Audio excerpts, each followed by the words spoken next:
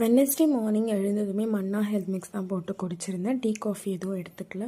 So பிரேக்ஃபாஸ்ட்டுக்கு என்ன cook பண்ணியிருந்தேன் பார்த்தீங்கன்னா, நிறைய காய்கறி எடுத்து சாட்டே பண்ணி வச்சுருந்தேன். சாண்ட்விச் மாதிரி செஞ்சு சாப்பிடலாம் அப்படின்னு சொல்லிட்டு முட்டை உடச்சி ஊற்றி அதில் ப்ரெட் வச்சு அதுக்கு நடுவில் கொஞ்சமாக அந்த காய்கறி வச்சு அப்புறம் சீஸ் போட்டு சாண்ட்விச் மாதிரி ஹெல்த்தியாக சாப்பிட்டு முடிச்சிட்டோம் நானும் ஹஸ்பண்டும்.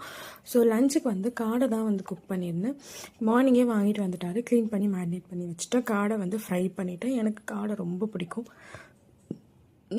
ஸோ அதுக்கப்புறம் லஞ்சுக்கு வந்து என்னென்னலாம் பேக் பண்ணி கொண்டு போயிருந்தேன் அப்படின்னு பார்த்தீங்கன்னா, காடை ஃப்ரை, ஒரு அவிச்ச முட்டை, கொஞ்சமாக தால் செஞ்சுருந்தேன். அதுக்கப்புறம் ஒரு சப்பாத்தி, குக்கும்பர் இதெல்லாம் தான் நான் வந்து லஞ்சுக்கு எடுத்துகிட்டு போயிருந்தேன். ஹஸ்பண்டுக்குமே அதே தான் வச்சுருந்தேன். பட் அவருக்கு சப்பாத்தி இல்லாமல் ரைஸ் வச்சுருந்தேன்.